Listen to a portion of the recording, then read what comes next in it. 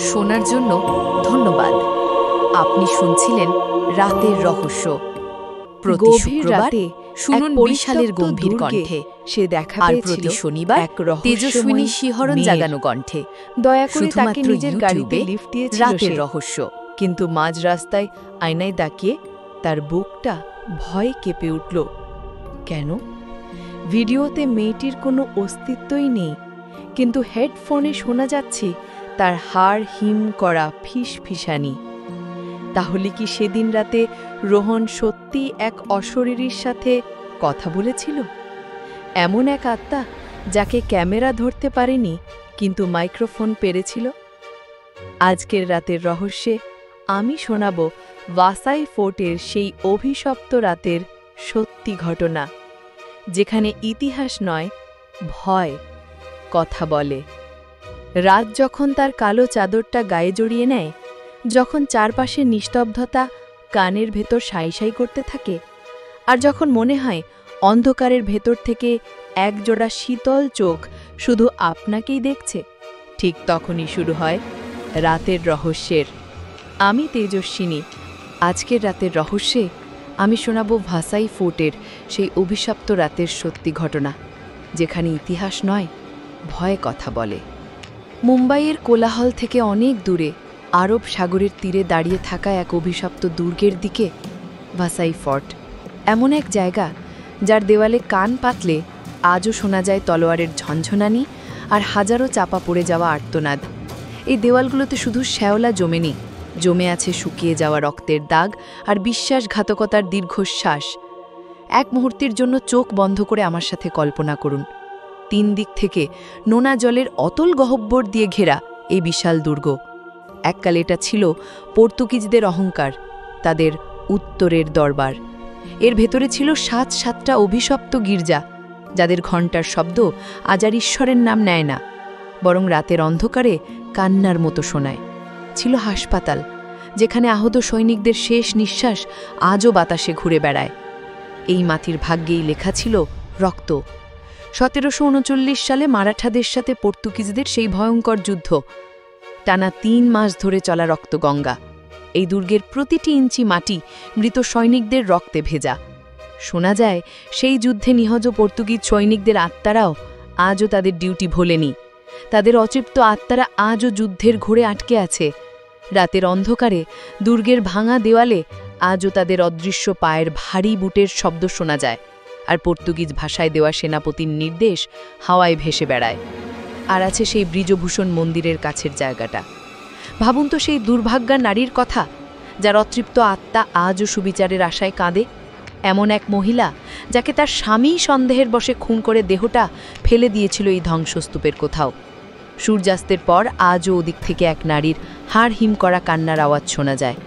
কেউ কেউ বলেন তারা এক ছায়ামূর্তিকে মন্দিরের ভাঙা সিঁড়িতে বসে দেখতে পেয়েছেন, তার চোখে অনন্ত অপেক্ষা আর তীব্র ঘৃণা।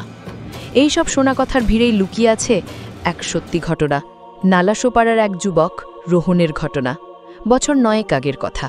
প্যারানর্মাল ইনভেস্টিগেটর আর ভ্লগার হওয়ার দুঃসাহসে রোহন ঠিক করে সে ভাসাই ফোর্টে রাত কাটাবে। তার বন্ধু প্রকাশ তাকে বারবার বারণ করেছিল, রোহন, জেদ করিস না, ওই জায়গাটা সুবিধের নয়, ওখানকার হাওয়া ভালো না। কিন্তু কিছু কিছু নেশা ভয়ের থেকেও শক্তিশালী হয়। সন্ধ্যার অন্ধকার নামতেই রোহন দুর্গের ভিতরে ঢুকে এক ভাঙা দেওয়ালের আড়ালে লুকিয়ে পড়ল।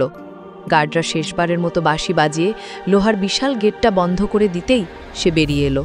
চারপাশে কবরের নিস্তব্ধতা, শুধু ঝিঝি পোকার ডাক আর সাগরের একটানা গর্জন। রোহন তার ক্যামেরা বের করে ভ্লগিং শুরু করল। দোস্ত, আজ আমরা এসেছি ইতিহাসের এক। কথা শেষ হওয়ার আগেই তার শিরদান্ডায় দিয়ে একটা হিমশীতল স্রোত বয়ে গেল। কানের পাশে খুব কাছ থেকে কেউ যেন ফিসফিস করে বলল, চলে যাও এখান থেকে। ভয়ে রোহনের গলা শুকিয়ে কাঠ হয়ে যায়। সে ভাবল কোনো গার্ড হয়তো। ধরা পড়ার ভয়ে সে উল্টো দিকে দুর্গের আরও ঘন জঙ্গলে অংশের দিকে দৌড়াতে লাগল। একটা ভাঙা গির্জার ধ্বংসস্তূপের কাছে এসে সে থামল, আর তখনই দপ করে তার ক্যামেরার লাইট নিভে গেল, টর্চ বন্ধ হয়ে গেল, ব্যাটারি ডেড। ভয়ে কাঁপতে কাঁপতে সে মোবাইলটা বের করে রেকর্ডিং চালু রাখল। আর তখনই আবার সেই কণ্ঠস্বর, এবার একজন মহিলার, আর যেন ঠিক তার ঘাড়ের কাছে, বেরিয়ে যা, না হলে তোর লাশও খুঁজে পাওয়া যাবে না। রোহনের হৃদয়পিণ্ডটা যেন থেমে যেতে চাইল। সে চারপাশে তাকালো, কেউ নেই, শুধু ভাঙা দেওয়াল আর তাদের ছায়াগুলো অন্ধকারে জীবন্ত হয়ে উঠেছে। কিন্তু তার মাথায় তখন জেদ চেপে আছে। সে উল্টো সেই বৃজভূষণ মন্দিরের দিকেই এগিয়ে গেল। জোরে চিৎকার করে বলল, আমি কাউকে বিরক্ত করতে আসিনি। আর তখনই সে দৃশ্যটা দেখল। মন্দিরের পেছনে এক অন্ধকার কোণে একটা মেয়ে বসে আছে, হাঁটুতে মুখ গুজে কাঁদছে। রোহন সাহস করে এগিয়ে যেতেই মেয়েটি মাথা তুলল। তার চোখ দুটো ছিল অস্বাভাবিক বড় আর শূন্য, দুটো কালো গহ্বরের মতো। মেয়েটি ভয়ে ভয়ে বলল, ওরা আসে, তলোয়ার নিয়ে আসে, আমি তাদের তাড়াই। আমার স্বামী আমাকে এখানে রেখে চলে গেছে, আমি অপেক্ষা করছি। রোহনের মনে হলো মেয়েটি মানসিক ভারসাম্যহীন। তাকে এই ভয়ঙ্কর জায়গায় একা ফেলে যাওয়াটা অমানবিক। সে বলল, চলুন, আমি আপনাকে বাড়ি পৌঁছে দিচ্ছি, এই জায়গাটা রাতে নিরাপদ নয়। মেয়েটি রাজি হয়ে তার সাথে গাড়ির দিকে এগিয়ে গেল। গাড়িতে ওঠার পর রোহন তাকে সহজ করার জন্য কথা বলতে শুরু করল। মেয়েটি শুধু তার দিকে তাকিয়ে একটা অদ্ভুত শূন্য হাসি হাসল। রোহনের হঠাৎ করেই অস্বস্তি হতে লাগল। সে গাড়ির রিয়ার ভিউ মিরারে তাকালো, আর তার নিঃশ্বাস বন্ধ হয়ে গেল।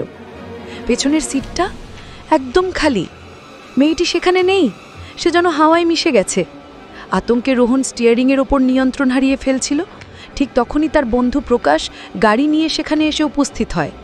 রোহনকে ওই অবস্থায় দেখে সে বুঝতে পারে মারাত্মক কিছু ঘটেছে।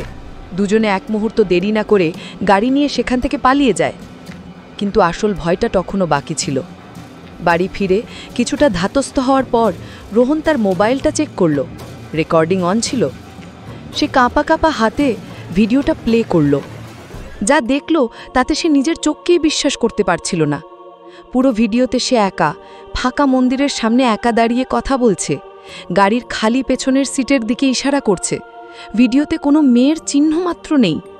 তাহলে কি সবটাই আমার মনের ভুল ছিল? এটা ভেবে সে স্বস্তির নিঃশ্বাস ফেলতে যাবে, তখনই সে অডিও ফাইলটা শোনার সিদ্ধান্ত নিল। হেডফোন কানে লাগাতেই তার রক্ত জল হয়ে গেল।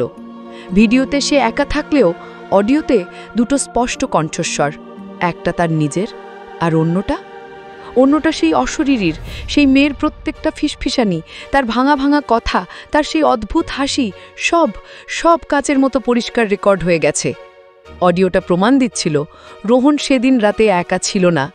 তার সাথে এমন কেউ ছিল যার শরীর নেই, এমন এক অতৃপ্ত আত্মা যাকে চোখ বা ক্যামেরা ধরতে পারেনি, কিন্তু তার অস্তিত্বের শব্দতরঙ্গকে যন্ত্রবন্দী করে ফেলেছিল।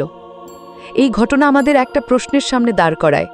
আমাদের এই চীনা জগতের আড়ালে কি সত্যিই এমন কোনো জগৎ আছে যা আমাদের সমস্ত যুক্তি আর বিজ্ঞানকে হার মানায়, যেখানে অদৃশ্য আত্মারা আজও তাদের না বলা গল্প শোনানোর জন্য অপেক্ষা করে?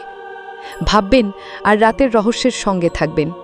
আমি তেজস্বিনী আবার ফিরব এক নতুন অজানা রাতের রহস্য নিয়ে।